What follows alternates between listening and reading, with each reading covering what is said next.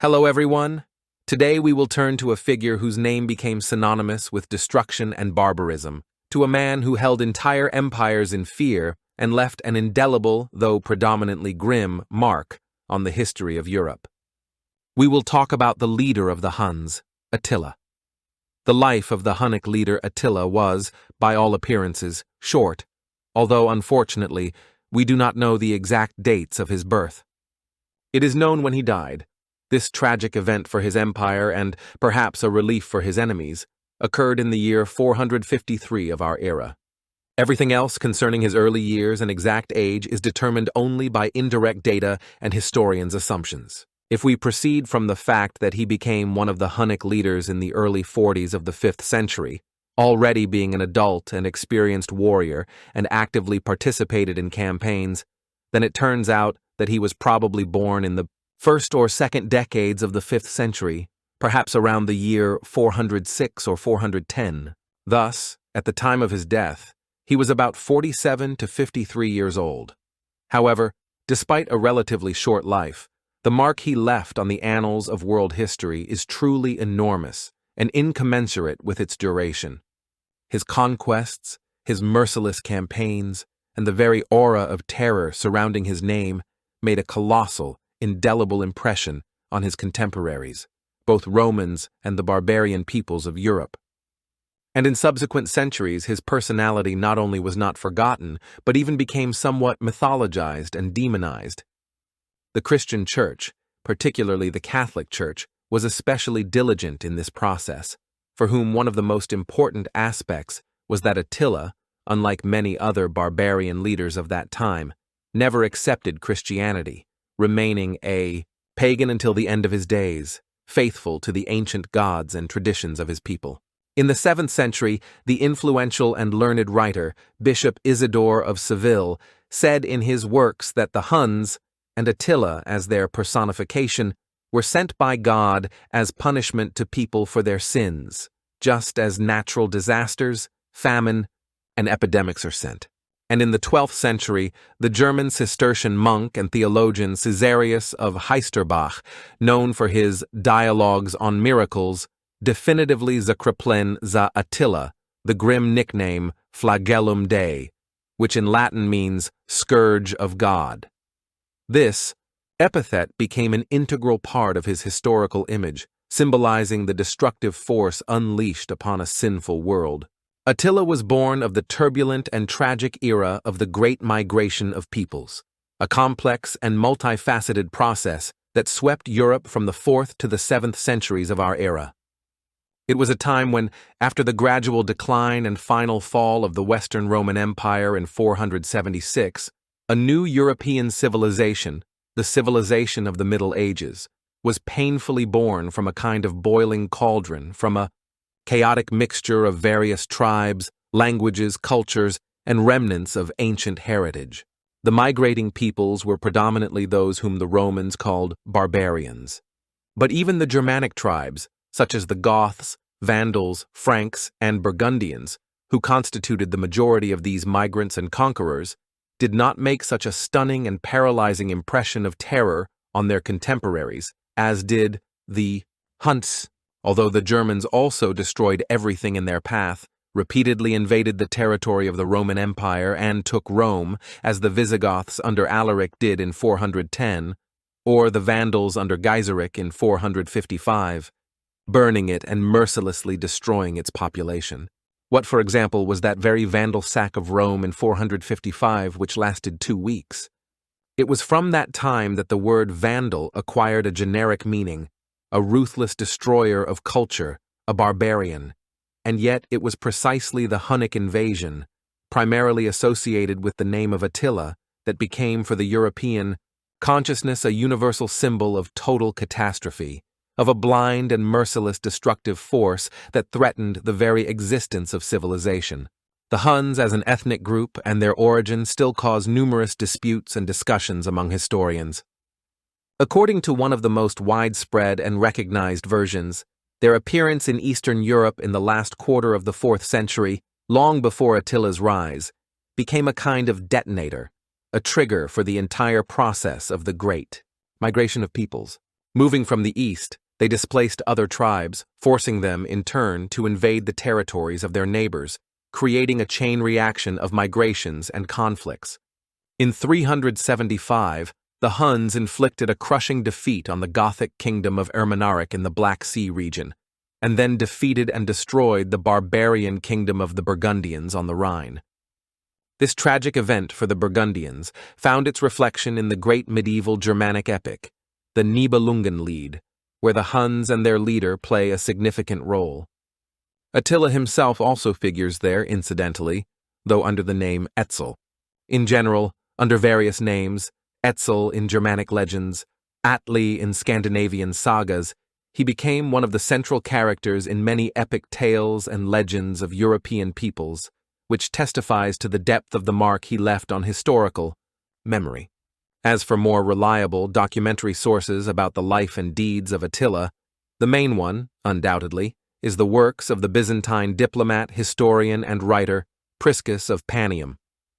Priscus, being a member of the Byzantine embassy of Maximinus, personally saw Attila at his headquarters in Pannonia in 449. Moreover, as it later turned out, this embassy, in addition to official diplomatic tasks, also had a secret mission: to organize the assassination of the Hunnic leader. True, this mission was entrusted not to Priscus himself, but to another member of the delegation, the interpreter Vigilus. Priscus apparently kept a detailed diary or notes about his journey and stay with the Huns. Unfortunately, his work, known as Byzantine History and the Deeds of Attila, has survived only in fragments and retellings by later authors, such as Jordanes, Evagrius Scholasticus, and the authors of the Byzantine Encyclopedia, Suda. But even these fragments contain invaluable and unique information about Attila's appearance, his character, the Huns' way of life, their customs, and political organization. Approximately 100 years after Attila's death, in the middle of the 6th century, the Gothic historian Jordanes, who probably served as a secretary to a Byzantine general, wrote about him and the Huns. His famous work on the origin and deeds of the Getae, or Goths, which is briefly and traditionally called Gaetica, is one of the most important sources on the history of the Goths and Huns. There is no doubt that Jordanes was familiar with Priscus's diary or history in its entirety and actively used his information, although he interpreted it from a pro-Gothic perspective. In addition, there are many mentions of Attila and Hunnic campaigns in various Roman and Byzantine historical chronicles of that time, for example, by Marcellinus Combes, Prosper of Aquitaine, Hydatius, and others. An extensive modern scholarly and popular science literature is also devoted to the Huns and their leader Attila. Among other works, one can highlight the book by the outstanding historian and ethnologist Lev Nikolaevich Gumilyov, Xiongnu, written with his characteristic passion for science and full of original, though sometimes controversial, ideas and hypotheses. Also very interesting and fundamental is the study by the British scholar Edward Arthur Thompson, The Huns, Dreadful Warriors of the Steppes, which provides a detailed analysis of the military organization, social structure, and political history of the Huns.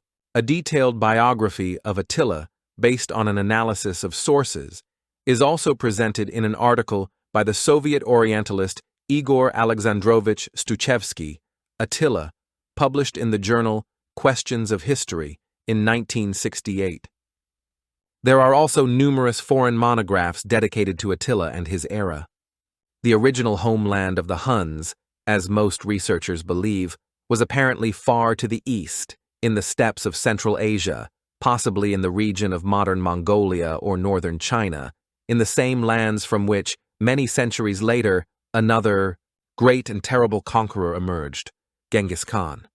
And it is precisely with Genghis Khan, despite the approximately 7 or 8 centuries separating them, that Attila can be compared in terms of the scale and consequences of his conquests, the role he played in the fates of many peoples, and the savagery and cruelty that accompanied his campaigns.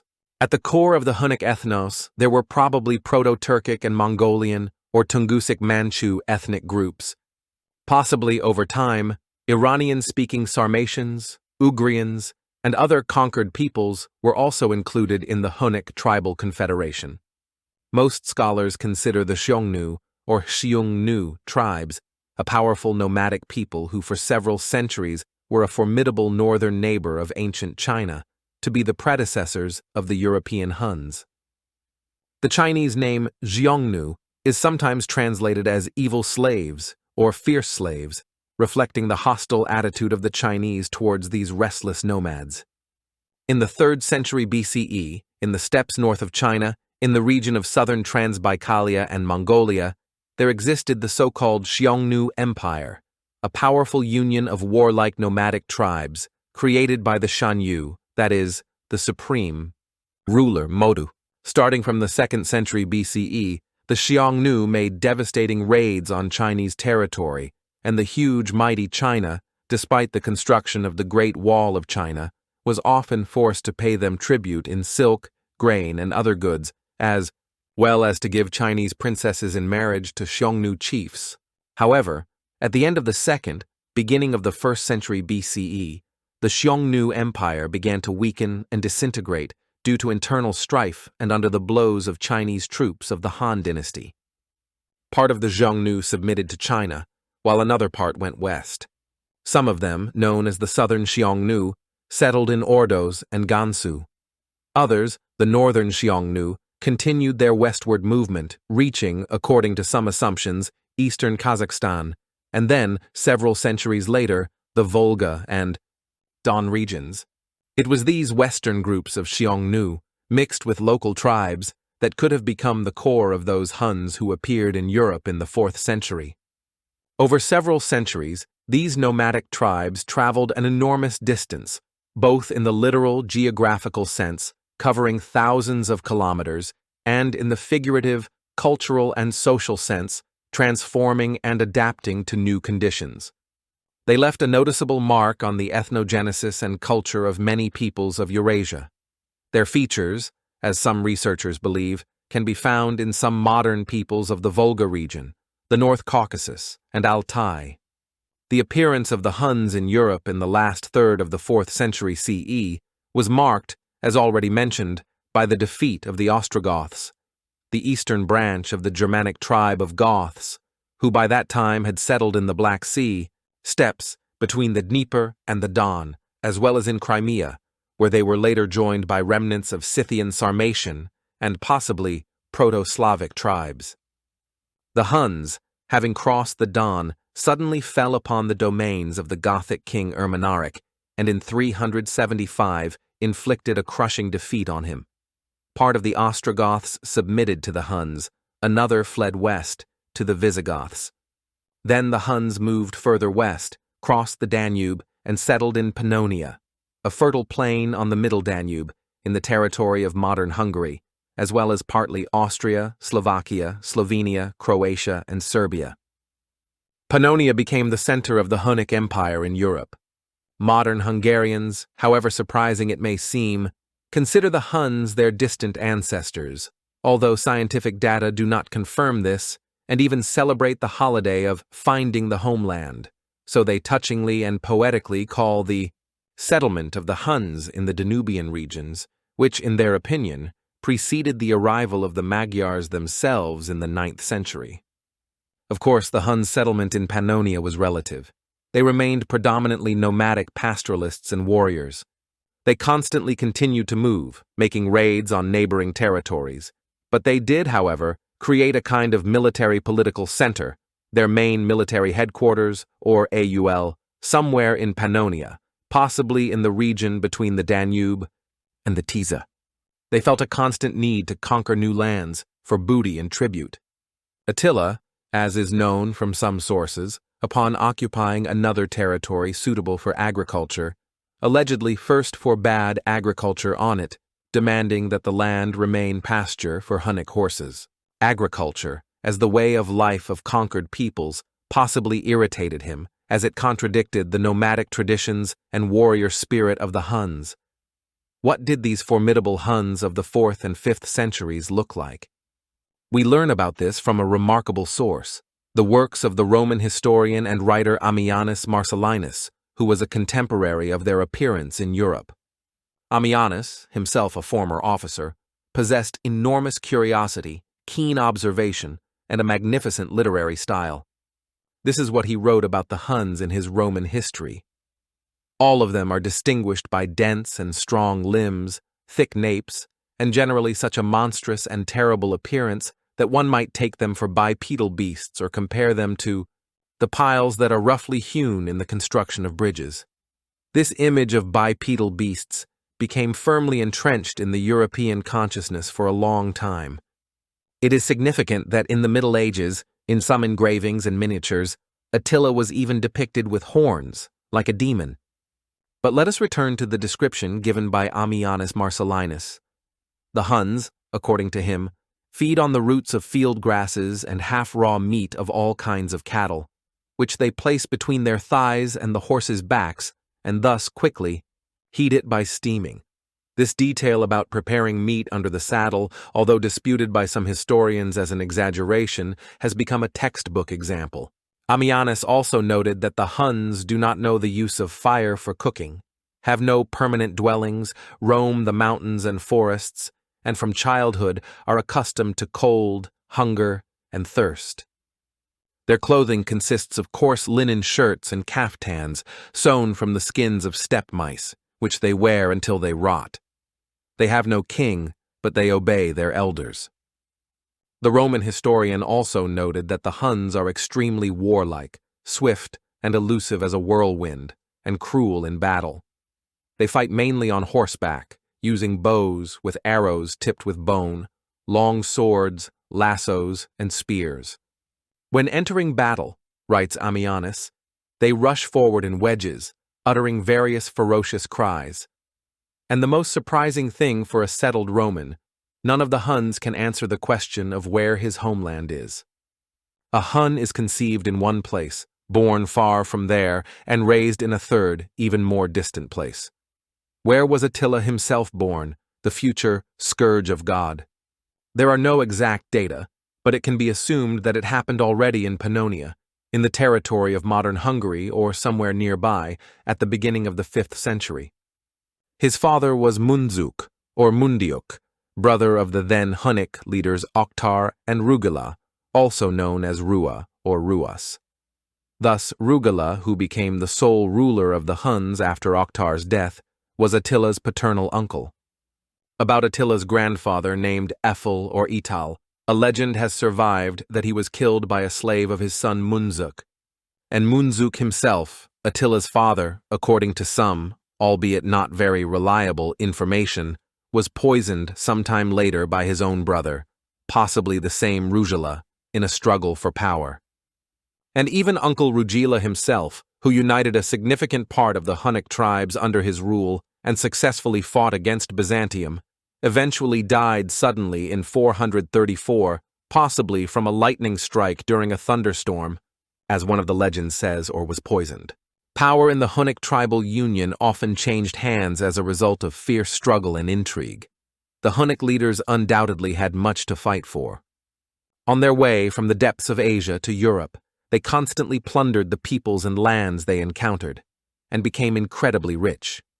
By Attila's time, they already had something like permanent settlements and even palaces, spacious wooden houses built of hewn logs, sheathed with carved boards, and even somehow decorated, as Priscus describes Attila's headquarters. In these palaces were stored carpets captured in campaigns, expensive fabrics, silver and gold dishes, weapons, and other valuables. Already under Rugila, the Huns began to receive a constant and significant tribute from the Eastern Roman Empire, or Byzantium. Tons of gold flowed to them. But they did not rest, needing more and more plunder, more booty, to satisfy the growing appetites of their nobility and warriors. A gruesome legend about the origin of the Huns had been circulating in Europe since the time of Ammianus Marcellinus.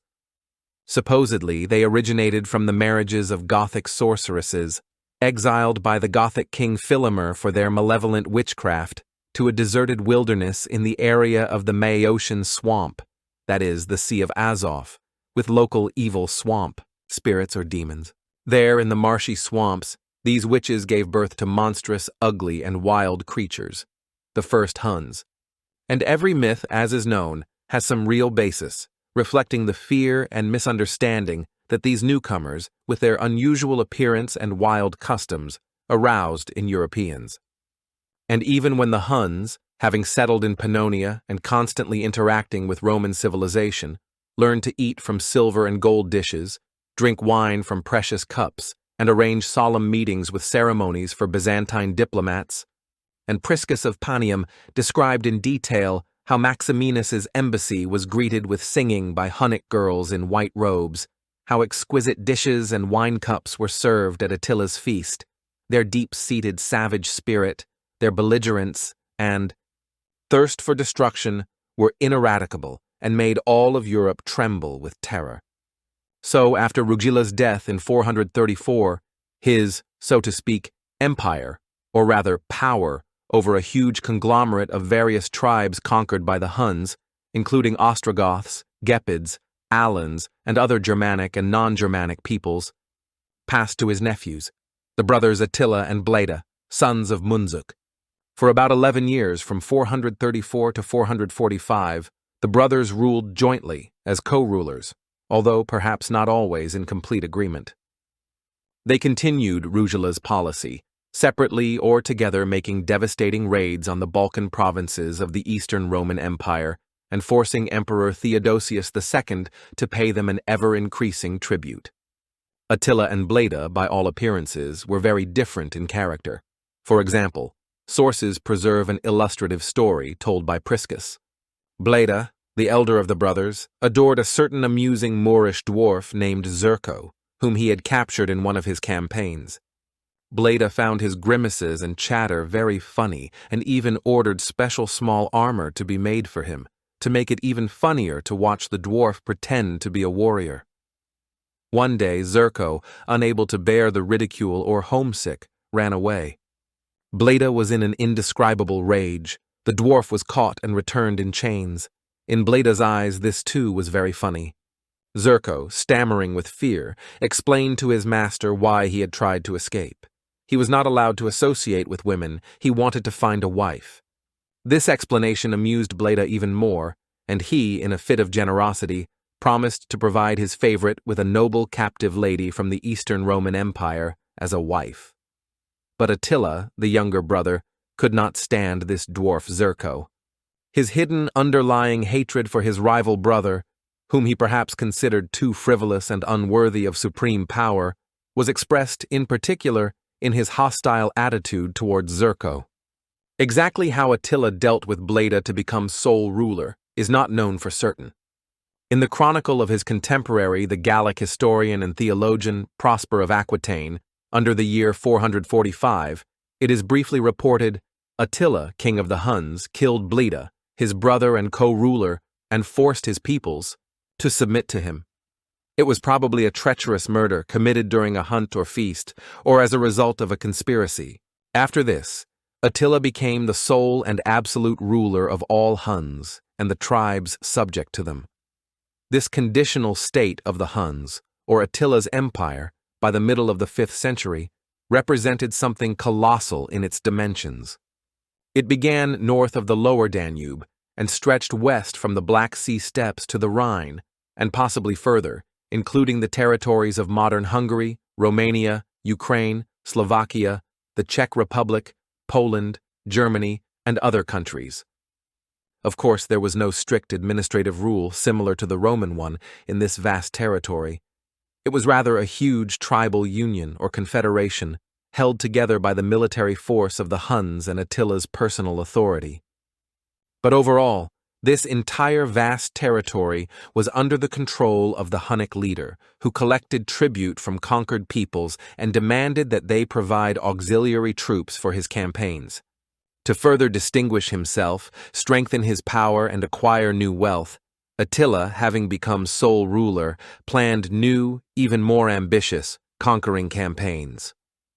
Sources, particularly Jordanes, who probably retells some Hunnic legend recorded by Priscus, report that, as if by the will of the gods, he obtained the sacred sword of the war god Mars, or his Scythian equivalent. Supposedly, a certain Hunnic shepherd saw that one of his cows was limping and bleeding.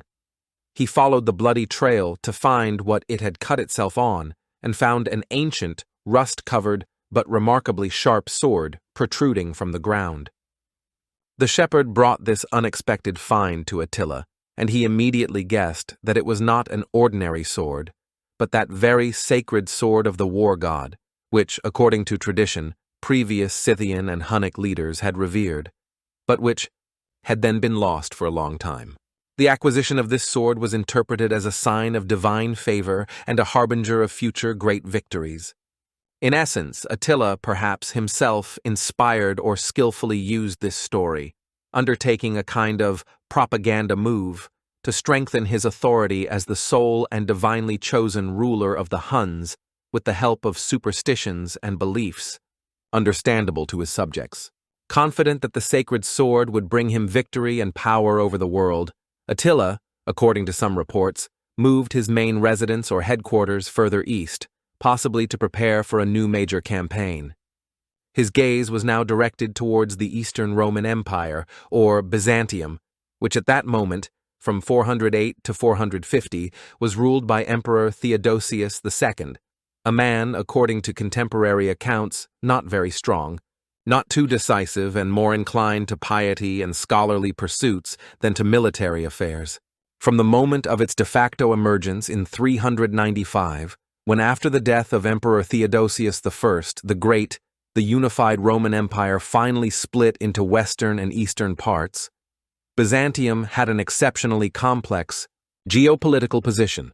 It represented a kind of bridge between West and East, Europe and Asia, and was always pressed from all sides by various nomadic and settled peoples: Goths, Huns, Avars, Slavs, Arabs, Persians.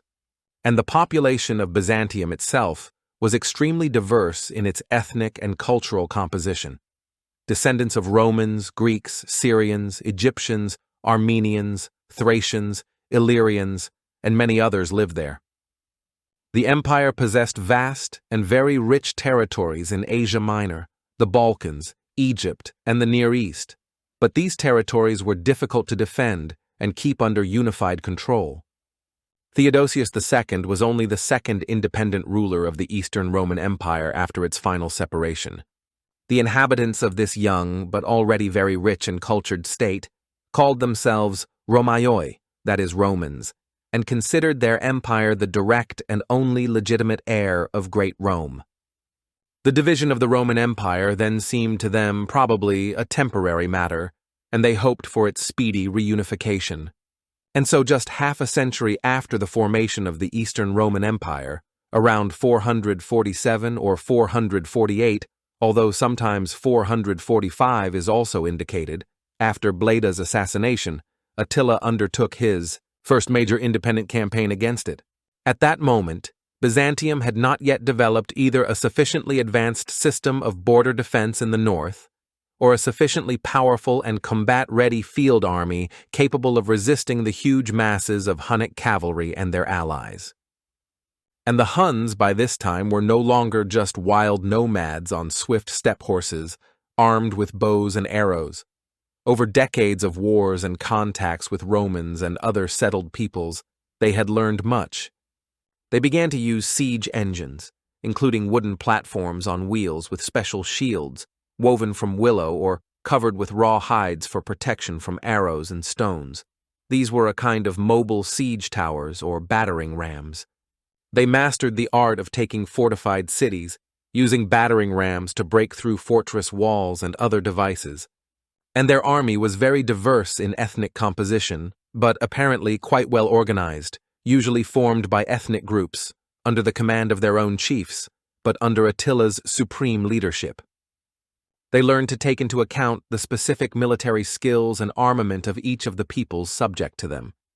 The first and main blow in this campaign, which lasted approximately from 447 to 449, or even 450, Attila inflicted on the Balkan provinces of Byzantium, including Moesia, Thrace, Illyricum, and even Greece.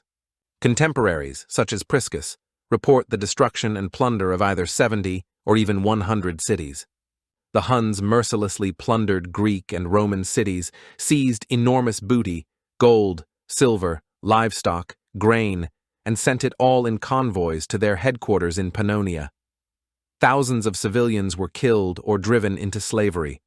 By this time, the Huns had already developed their own military tribal nobility, which constantly craved new and new riches, lands, and slaves. The Byzantine chronicler Marcellinus Comes, a contemporary of the events, writes with horror in his chronicle, "In a terrible war, Attila almost wiped all of Europe to dust."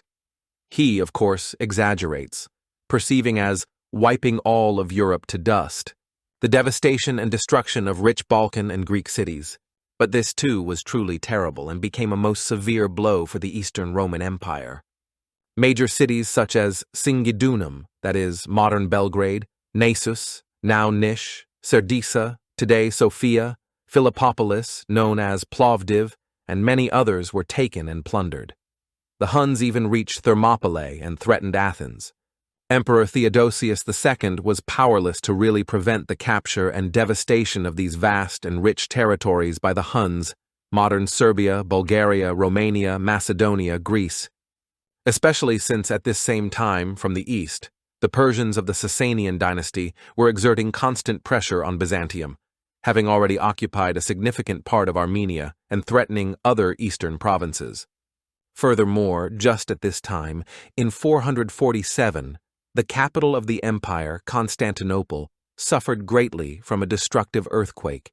Many sections of the famous Theodosian walls, which protected the city, collapsed.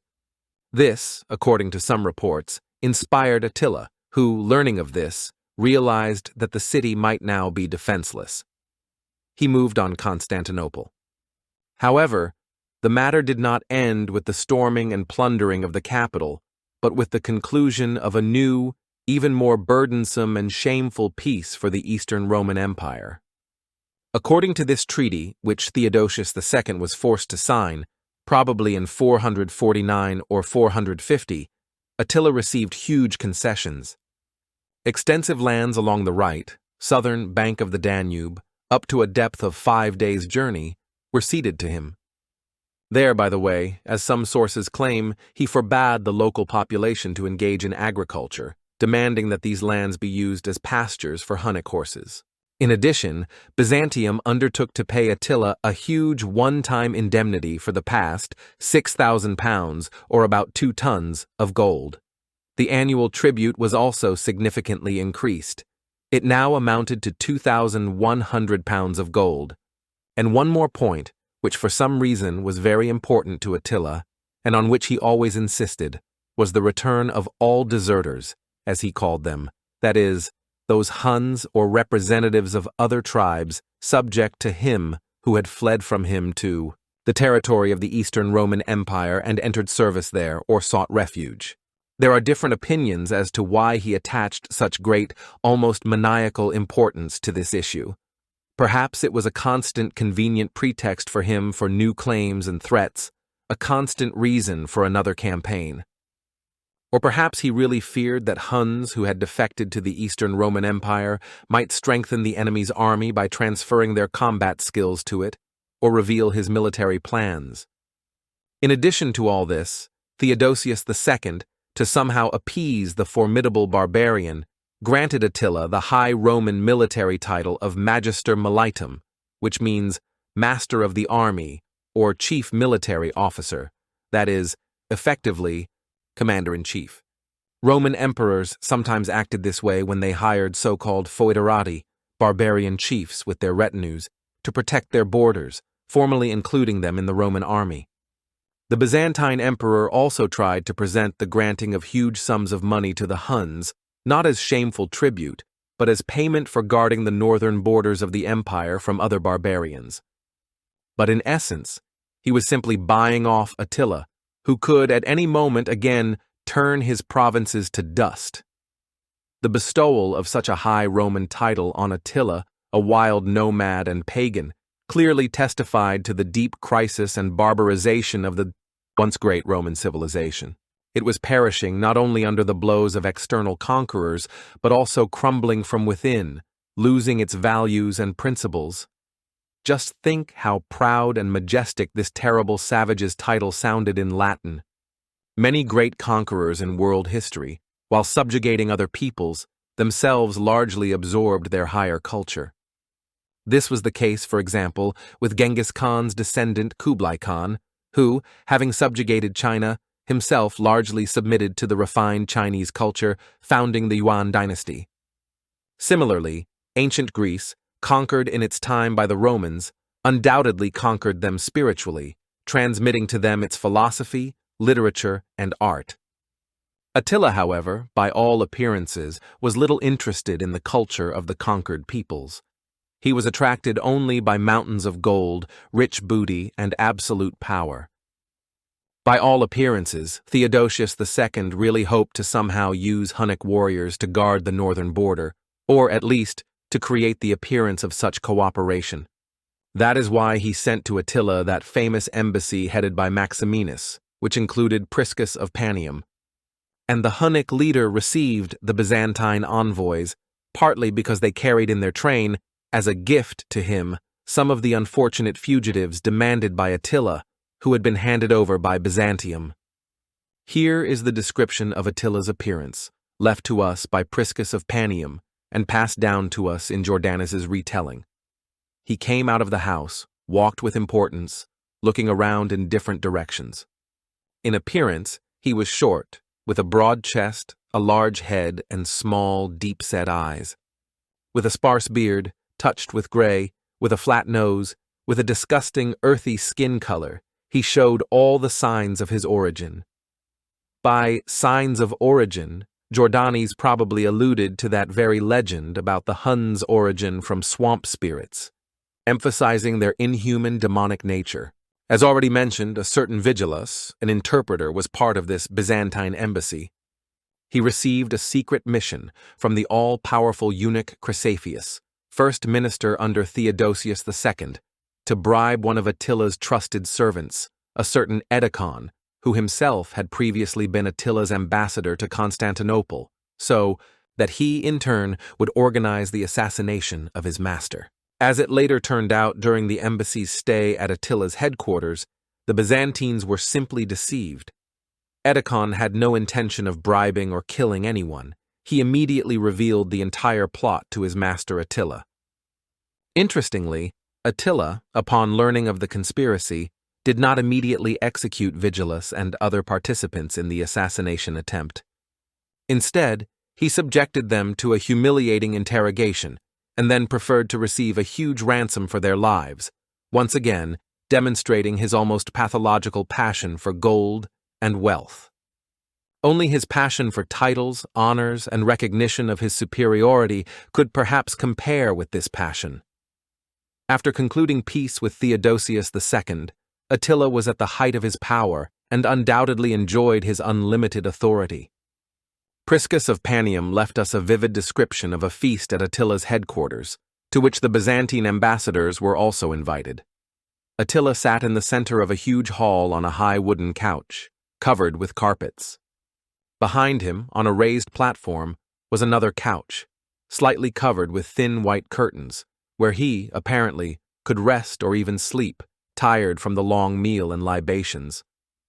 There was a strict order for seating guests, who sat on the leader's right hand and who on his left, depending on their rank and nobility. Cups of wine and possibly mead or kumis were brought by cupbearers according to rank and served with complex ceremonies. Attila himself, unlike his associates, ate from simple wooden dishes and drank from a wooden cup, demonstrating his adherence to old Hunnic customs and contempt for Roman luxury, although he demanded its manifestations from others. Attila, sitting on his couch, from time to time caressed his youngest and, apparently, favorite son, Ernak or Irnak, who, according to some Hunnic prediction or prophecy, was in the future to save his empire and continue his lineage. While a toast was being made in Attila's honor, none of those present had the right to sit. In his glory, specially hired skalds or singers performed laudatory songs or hymns.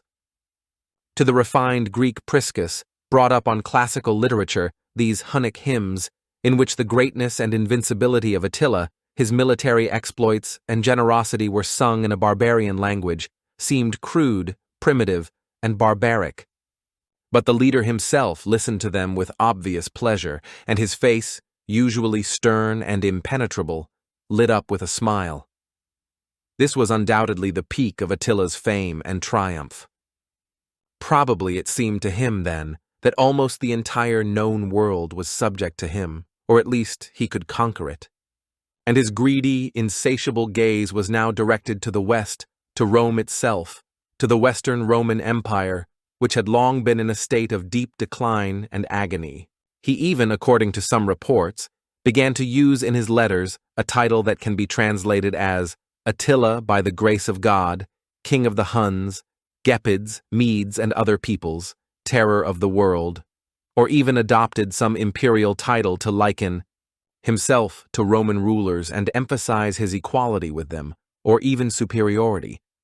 The Western Roman Empire had long been familiar with the Huns and, for a time, did not consider them its main enemies. Roman emperors and generals had repeatedly hired detachments of Hunnic mercenaries for their wars, both against other barbarians and during civil strife. The most brilliant and talented Roman general of this era, Flavius Aetius, who effectively ruled the Western Empire under the weak Emperor Valentinian III, himself lived among the Huns for a long time as a hostage in his youth, knew their customs, language, and military art well, and skillfully established contacts with them, using them for his political and military purposes. And suddenly Attila, who until recently had commanded mercenaries in Roman service or supplied them to Aetius, decided to go to war against his former ally and the entire West. We do not know for sure what was the main motivating factor for this decision: his ever-increasing appetites, his exorbitant ambition, the desire to equal the glory of great conquerors of the past, or some specific political calculations. Probably a certain role was also played by the fact that in 450, the Byzantine Emperor Theodosius II died, and his successor, the new Byzantine Emperor Marcian, a former soldier, took a firmer stance towards the Huns. To Attila's Ocharidnoi demand to pay tribute in gold, Marcian, according to tradition, proudly replied, "I have gold for my friends, and for my enemies, iron." It would seem logical that after such a response, the Huns should have again marched on Constantinople to punish the audacious emperor. But perhaps Attila decided first to crush the weakened West, seize its untold riches, become even stronger and more powerful, and only after that, having united almost all of Europe under his rule, finally take the impregnable Constantinople. In the mid-5th century, the city of Rome was no longer even the official capital of the Western Roman Empire. The capital, due to constant threats of barbarian invasions, had already been moved at the beginning of the 5th century first to the safer Mediolanum, that is, modern Milan, and then, under Emperor Honorius, to the well-fortified Ravenna on the Attii Adriatic coast, surrounded by swamps. But Rome still remained the eternal city, a symbol of former greatness and the center of the Christian world in the West. The Senate still met there, although it meant little politically, and noble and wealthy patrician families, keepers of ancient traditions, still lived there. However, both Rome itself and the entire Western Empire were experiencing a deep internal crisis. A so-called internal barbarization was taking place, the loss of former high culture, civic virtues, and moral foundations. This is a very relevant problem for our days, too. This is what Ammianus Marcellinus wrote even before the arrival of the Huns at the end of the 4th century about the morals of the Roman nobility. Even those few houses which in former times were famous for serious attention to sciences and virtues are now immersed in the cares of shameful idleness and laziness. And in them, instead of the eloquent speeches of a philosopher, only lewd songs and the loud ringing of strings are heard. Instead of a philosopher and a rhetorician, a singer or a dancer is invited, and instead of a rhetorician, a master of amusing and indecent affairs. Their libraries are locked forever like tombs. What a concise and terrible expression. libraries locked like tombs, and he continues, educated, modest, and serious people are avoided as boring, useless, and bringing misfortune. Approximately 5 years after Attila's departure from Italy, in 457, the Western Roman Emperor Flavius Julius, Valerius Majorian, who tried to revive Rome's former greatness and even move the capital back to the Eternal City, issued an amazing edict on the preservation of ancient buildings. It said, "We, rulers of this city, look with deep sorrow at how its venerable appearance is being disfigured. Ancient and majestic public buildings, which should have been maintained and restored with the utmost care, are being destroyed by criminal collusion or negligence of city authorities, and thus the great and beautiful is being destroyed merely to build something insignificant and pitiful somewhere from their materials." This internal barbarization undoubtedly prepared the ground for the arrival of external barbarians and for that complex synthesis of ancient and barbarian cultures from which European Middle Ages later emerged. Rome, on which Attila marched in 451, was far from being the mighty center of the world it had been in the times of Augustus or Trajan. It was weakened by internal strife, economic decline, population reduction, and constant barbarian raids. In 410, it had already been captured and plundered by the Visigoths, led by Alaric I. And yet, the word Rome still meant a lot. It still possessed a magical, attractive power and symbolized supreme authority and civilization. The pretext, or, as historians say, casus belli, that is, the formal banner for the beginning of Attila's war against the Western Roman Empire, and not just a fabricated excuse, as it is sometimes attempted to be presented, was the following dramatic event. In 449 or 450, although according to some versions this could have happened much earlier, the sister of the Western Roman Emperor Valentinian III, Honoria, an ambitious and apparently not very intelligent woman, was disgracefully expelled from the imperial palace in Ravenna for secretly cohabiting with her palace steward, a certain Eugenius, and, as it was said, even bearing his child. To prevent further scandal, she was sent to Constantinople, to the court of Theodosius II, and there, in essence, kept under surveillance. However, Honoria did not resign herself to her fate. There she found a certain secret messenger, a eunuch named Hyacinthus, to whom she entrusted her letter and a precious ring as a pledge and sent him to Attila himself, the leader of the Huns.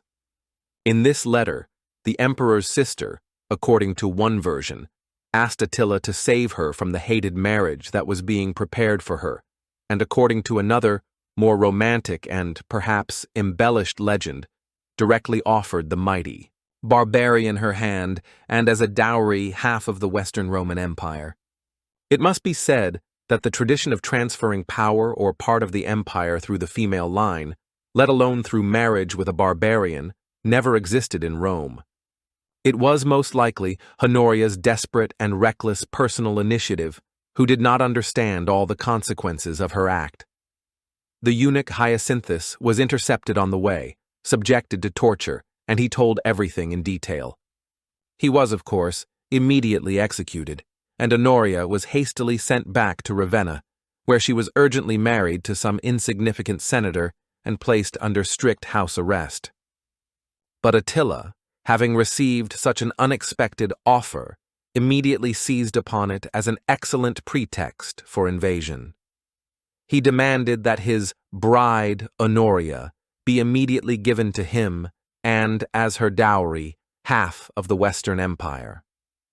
Having received a refusal, in 451 he led against Rome and Gaul not only his Huns, but also a whole horde of Germanic and other tribes subject to him: Ostrogoths, Gepids, Syrians, Rugians, Thuringians, and others.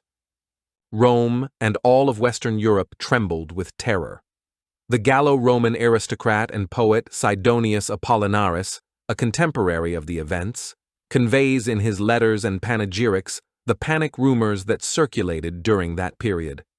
It was said that Attila was leading an army of 500,000, or even 700,000 men, through Gaul.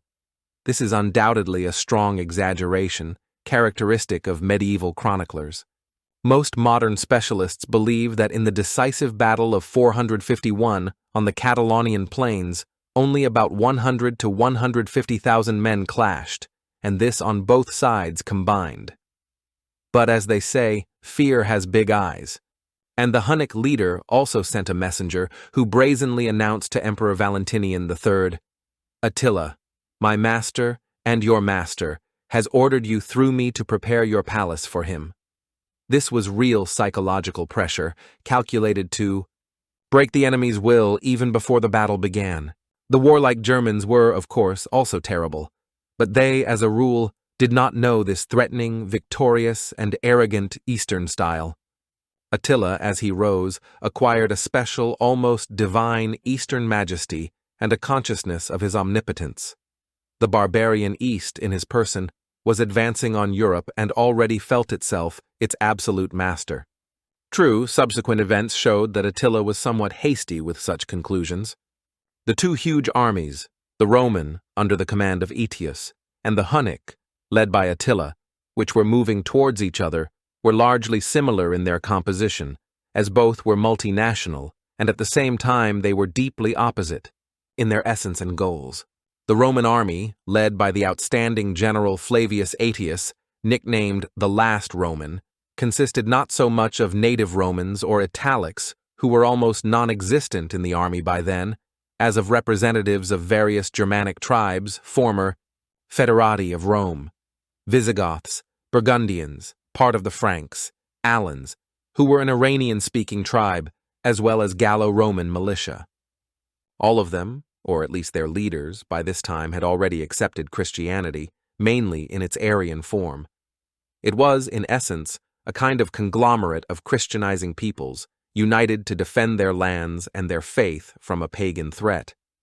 Aetius, who possessed great diplomatic talent and personal authority, managed in this critical situation to gather these motley allies under his banners. They were opposed by recent nomads and pagan Huns, whose ancestors had come from the depths of Asia, and their numerous Germanic and other vassals, forced to fight on Attila's side. It was a clash of two worlds, two civilizations. The confrontation between ancient Rome and the world of the East, even in the best times for Roman civilization, was difficult and far from always victorious. On their way deep into Gaul, the Huns and their allies captured and plundered many cities, including Divodurum, that is, modern Metz, Augusta Treverorum, now Trier, Colonia Agrippina, known as Cologne, Durocortorum, or Reims. They besieged Aurelianum, that is, Orleans, a strategically important city on the Loire. When Aetius approached Orleans with a large army, Attila, assessing the situation, lifted the siege and retreated eastward, probably because the terrain around Orleans was not very convenient for the actions of his main strike force, the cavalry, and also for fear of being trapped between Aetius's army and the city walls. According to one church legend, one city, modern Troy, at that time Augusto Bona Tricassium, was miraculously saved from plunder by the local bishop Lupus, or Saint Lou. Supposedly, when the city gates were already open before the Huns, the bishop bravely went out to meet Attila, and, addressing him, asked, "Who are you, who devastates the land?" Attila replied, "I am Attila, the Scourge of God." To which the bishop wisely retorted, "O Scourge of my God, do not disdain to scourge me if you wish to fulfill the will of him who sent you." And the Huns, amazed by his courage and holiness, passed by the city without harming it. However, this story, most likely, is completely unreliable and is a later hagiographic invention, and the nickname Scourge of God itself, as already mentioned, arose much later, in the Middle Ages. If Attila did pass by the city of Troy without besieging it, it was probably simply because he was in a hurry to find a more suitable place for a general battle. He was looking for a terrain where the advantage of his numerous and maneuverable cavalry would be obvious. and he found such a place precisely not far from Troyes, on a vast plain in the province of Champagne. This area was called the Catalonian Plains, after the Celtic tribe of Catalani that once lived there. It was very spacious, ideal for the actions of large masses of cavalry. And it was there, on June 15th, or, according to other data, 20th, 451, that one of the most famous and bloody battles in European history took place, which went down in history as the Battle of the Nations. This resonant combination of words, Battle of the Nations, can be interpreted in different ways. Firstly, as already noted, both in the army under Aetius's command, it was not actual Romans who predominated, but representatives of various Germanic and other peoples. Rome's most important ally in this battle were the Visigoths, led by their elderly but still brave king Theodoric I. And in Attila's army, the Huns themselves were possibly even fewer than their numerous Germanic and other allies and vassals. So it really was a clash of many different peoples and tribes. Secondly, the name Battle of the Nations, or Völkerschlacht in German, is a designation that has arisen more than once in world history, for example, in reference to the Battle of Leipzig in 1813, and it has always symbolized the grandeur, scale, and fatefulness of the event. Sources, such as Jordanes, describe the battle on the Catalonian plains in the most epic and dramatic tones. The battle was fierce, changeable, cruel, stubborn. It is said that the stream that flowed through the mentioned plain swelled with the blood of the slain and, mixed with blood, turned into a raging torrent. The exact number of casualties in this battle is unknown, but, according to various estimates, it could have reached from several tens of thousands to 165,000 people, or even 300,000, although the latter figures are probably greatly exaggerated. But undoubtedly it was one of the bloodiest battles of late antiquity. Attila, according to Jordanes, before the start of the battle, addressed his warriors with a short but inspiring speech. After victories over so many tribes and the conquest, if fate does not oppose of the whole world, I consider it useless to urge you with words, as if you do not understand what is at stake and do not know how to fight. Let an inexperienced commander or an unfamiliar army seek new arguments. What else is familiar to you but war? And what can be sweeter for a brave man than to avenge himself on the enemy with his own hand? The barbarians of the Great Migration era did not just fight all the time. They lived by war. It was the meaning of their existence, their glory, and their craft. And they understood this, made it their banner. So, attack boldly, Attila questioned and urged, and let the bravest be the first to rush at the enemy. To satiate one's spirit with vengeance is a great gift of nature, and I will be the first to shoot an arrow at the enemy. If anyone can remain calm when Attila fights, that one is already dead. And indeed, according to legend, he was the first to shoot an arrow towards the enemy. With this, his personal participation in the very thick of the battle perhaps ended. Attila, unlike Germanic chieftains, no longer thought of himself simply as a military leader whose place is always at the head of the army, in the most dangerous spot. He was already an emperor, a ruler of the world, who, like Eastern despots, directed the battle from his command post, raised high above the army and above the battle itself. Germanic chieftains, however, had developed different military traditions, which later became firmly established for a long time in the culture of Western European knighthood. The chieftain, or konung, was supposed to go ahead of his warriors, fight personally in the front ranks, and set an example of bravery and contempt for death. And the leader of the Visigoths, King Theodoric I, true to these traditions, fought bravely at the head of his warriors and died in this battle. The circumstances of his death are described differently. According to one version, he fell from his horse and was trampled by his own cavalry as it retreated under enemy pressure. According to another, he was killed by the spear of one of the Ostrogothic chieftains fighting on Attila's side. The outcome of the battle on the Catalonian plains itself was strange and not entirely clear. It lasted all day and ceased only with nightfall. The battlefield was strewn with the bodies of tens of thousands of dead from both warring sides. Both armies suffered huge losses and were exhausted.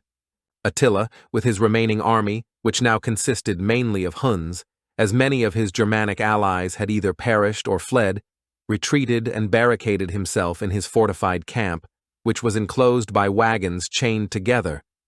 Such a camp was called a wagenburg. Aetius and his allies needed to find out how many warriors were hiding there and what their condition was, in order to decide whether to storm the camp the next day.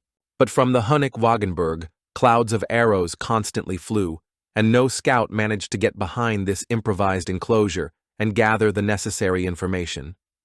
In the center of the Hunnic camp, even before the battle began, by Attila's order, a huge bonfire had been made from wooden horse saddles.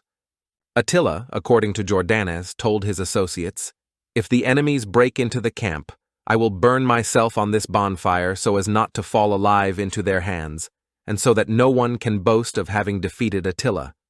Again, this was completely out of keeping with the traditions of Western European Germanic chieftains, where a chieftain could only die on the battlefield, fighting to the last breath, but not commit suicide. Aetius, after some deliberation, did not dare to storm the Hunnic camp. Perhaps he feared heavy losses in an assault, or was not sure of the loyalty and steadfastness of all his allies. Moreover, sources report that he even let his main allies go home. He advised Thorismund, son of the deceased King Theodoric I and new king of the Visigoths, to return quickly to his capital Tolosa, that is, Toulouse, so that his ambitious brothers would not seize power there. He also sent home the leader of the Franks, Merovech, or Merowig, the legendary ancestor from whom, according to tradition, the first Frankish royal dynasty of the Merovingians began. There are various assumptions and disputes among historians as to why Aetius, seemingly having the opportunity to finally crush Attila, acted this way. Probably, being an experienced politician, he somewhat feared an excessive strengthening of his Germanic allies, especially the Visigoths, who could become a new threat to Rome. Or perhaps he still hoped to somehow reconcile with Attila in the future and use the Huns for his own interests, as he had done before. In general, he withdrew his troops and allowed the remaining part of the Hunnic army, after several days of tense waiting, to leave unhindered beyond the Rhine into their Pannonian possessions. Thus, the battle on the Catalonian plains, although it stopped Attila's advance into Gaul and inflicted heavy losses on him, did not lead to his complete defeat. Of course, Attila, ruler of the world and Scourge of God, immediately set about proving to everyone, and above all to himself, that he had not been defeated at all. Already in the following year, 452, having gathered new forces, he again marched on the Western Roman Empire, but this time by a different route, not through Gaul, but directly into northern and central Italy, through the Julian Alps. As in the previous campaign, he mercilessly destroyed and plundered cities on his way. Thus, the large and rich city of Aquileia, which offered him stubborn resistance, he took by storm after a long siege and simply wiped it off the face of the earth, killing or enslaving all its inhabitants. It is said that 100 years after this, its exact location was known only approximately. The Huns also captured and plundered Mediolanum, that is, Milan, Ticinum, otherwise Pavia, Verona, Mantua, Bergamo, and other cities of northern Italy. Milan, then the capital of the Western Empire, surrendered without a fight and therefore remained relatively intact, although it was plundered. Priscus of Panium, according to eyewitness accounts, tells of a characteristic episode related to the capture of Milan. In one of the surviving imperial palaces, Attila saw a large painting or fresco depicting two emperors of the Eastern and Western Roman empires, sitting on golden thrones, and at their feet lay the bodies of slain Scythians, by whom, probably, Huns or other barbarians were meant. This depiction greatly displeased the proud Hunnic leader. He immediately ordered the same artist, or another no less skilled, to be found and commissioned him to paint a new picture in the same place. In this new picture, he, Attila, was to be seated on a high golden throne, and before him two emperors of the Eastern and Western empires, submissively and fearfully pouring gold coins from sacks at his feet. This episode clearly shows that a sack of gold and the humiliation of enemies were far more important to him than simply their physical destruction. After these terrible pogroms of Italian cities, all of Italy was gripped by panic, and Rome felt completely defenseless, especially since Aetius's main army, weakened after the Catalonian battle and lacking sufficient support from the emperor, was somewhere far away in the Po River area and could not provide immediate assistance. A special peace delegation of several of the most noble Romans, headed by Pope Leo I himself, whom many already revered as the spiritual head of all Western Christianity, was sent to Attila, who was rapidly approaching Rome. Later, it was he who officially adopted the title of Pontifex Maximus, previously belonging to Roman emperors. This man, Leo I, was an outstanding personality of his time, possessed great authority, diplomatic talent, and the experience of 12 years as Bishop of Rome. He was very energetic and decisive, despite his very advanced age for that era. He was already 62 years old. The embassy also included former consul Avienus and former praetorian prefect Trigesius.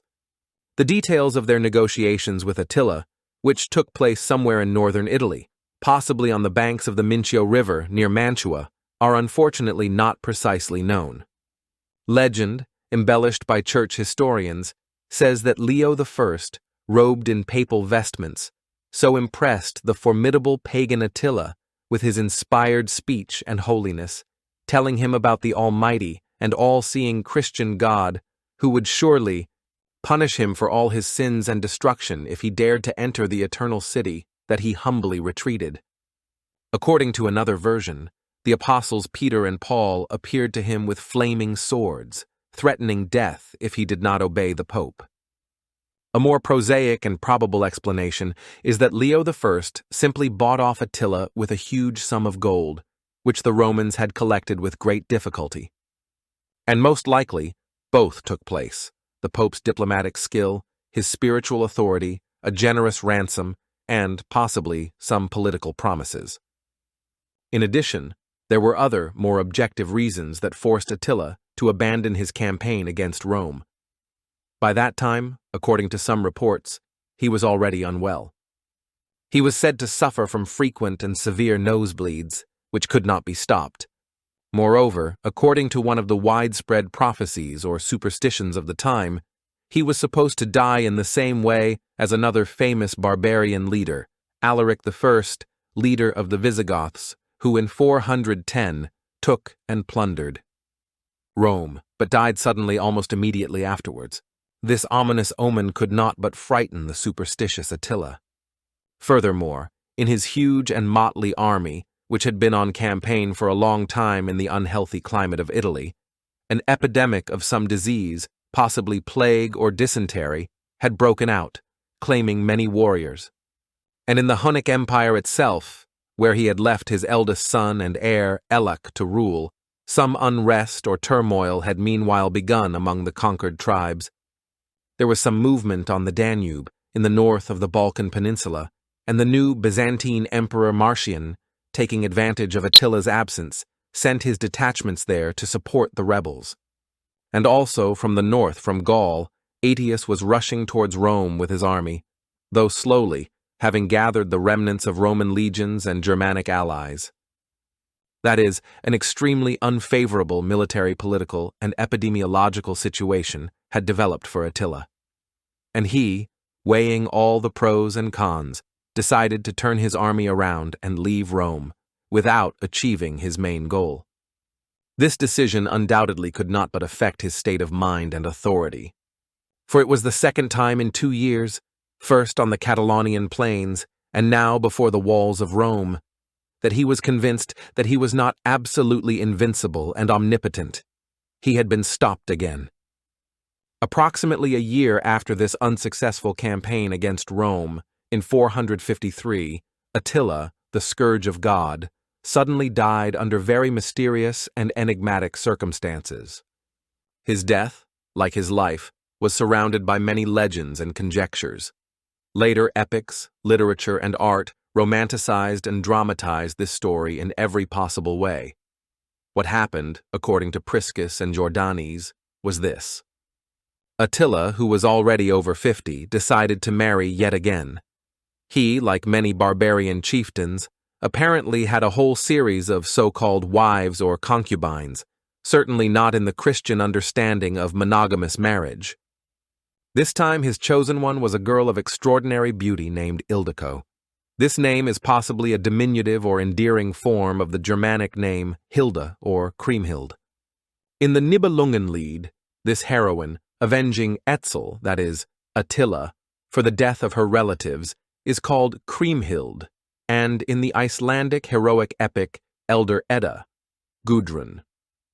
According to one version, Ildiko came from a noble Burgundian house, that very people who once, even before Attila's rise, had been almost completely annihilated by the Huns. It was a terrible massacre, which occurred around 437.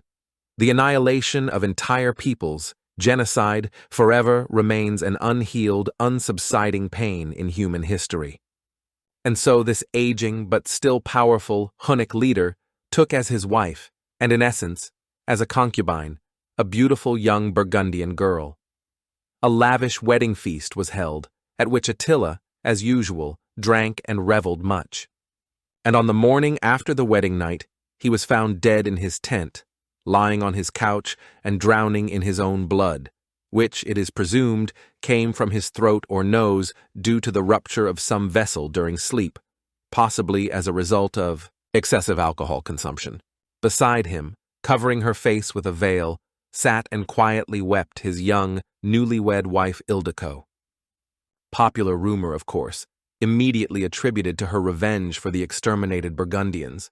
Supposedly, she plunged a dagger into his heart or poisoned him. Later, other, even bloodier legends appeared. For example, about a Hunnic, or Germanic queen who, in revenge for her sons, killed not only Attila himself, but also her children born by him. All this variety of versions and legends only proves what a deep and indelible impression this sudden and mysterious death of the formidable Hunnic leader made on contemporaries and descendants. According to Priscus of Panium, on the very night that the Scourge of God perished, the emperor of the Eastern Roman Empire, Marcian, had a prophetic dream in Constantinople. Supposedly, God himself appeared to him in a dream and showed him Attila's broken bow, his main symbol of power and might. Priscus commented on this thus: "So terrible was Attila to the great empires that the deities showed his death as a gift to the reigning ones. The enemy's death as a divine gift." Attila's lavish and somber funeral took place, arranged according to ancient Hunnic customs. His body was first displayed in a silk tent in the middle of the steppe, and the best Hunnic warriors on horseback rode around, mourning their leader and singing his praises. Then 3 coffins were made, one inside the other, the outer one, of simple iron, symbolizing his victories over men, the middle one, of shining silver, symbolizing the riches he had captured, and the inner one, of pure gold, symbolizing his supreme power. Attila's body, dressed in precious clothes and with his weapons, was placed in these 3 coffins, and secretly, under cover of night, buried somewhere in the earth, possibly by diverting a riverbed for this purpose, so that no one could ever find and desecrate his grave. And those slaves or prisoners who dug the grave and performed the burial were immediately killed afterwards, so that they could not reveal the burial place of the great conqueror to anyone. Attila's death, however paradoxical it may seem, did not save the Western Roman Empire from final collapse. It had long been agonizing and formally ceased to exist only 23 years after his death, in 476, when the last Western Roman emperor, the young Romulus, who bore the ironic nickname Augustulus, meaning Little Augustus, or Augustlet, was deposed by the leader of Germanic mercenaries, Odoacer. Interestingly, this last Roman emperor, Romulus Augustulus, was himself half barbarian by origin. His father, Orestes, a former secretary to Attila, came from a noble barbarian family living in Pannonia, precisely in those places where the Huns' main headquarters had once been. After Attila's death, his huge and fragile empire, held together only by his personal authority and military strength, immediately began to disintegrate. His numerous sons, among whom the main ones were Elak, Dengizic, and Ernak, quarreled among themselves in the struggle for inheritance. The conquered Germanic and other tribes immediately rebelled, and, in the Battle of the Nadao River in Pannonia in 454, inflicted a crushing defeat on the Huns. Attila's eldest son, Elak, died in this battle. The remnants of the Huns, under the leadership of the younger son Ernak, who, as predicted, managed to lead away part of his people, retreated eastward into the steppes of the Black Sea region and the North Caucasus. By the 7th century, the very name Huns had practically disappeared from historical sources. They gradually dissolved among other nomadic peoples, such as Avars, Bulgars, Khazars, or were assimilated by the local population. This, in general, is not surprising. Processes of assimilation and mixing of peoples were ubiquitous in that era. But it is very significant that the Huns, unlike many other peoples who invaded Europe, left practically nothing constructive in world history except a sense of terror, destruction, and savagery. It was as if they had nothing to say to humanity, except the thunder of their horses' hooves and the whistle of their arrows. They came from nowhere, crushed everything in their path, and went nowhere, leaving behind only a bloody trail and grim legends.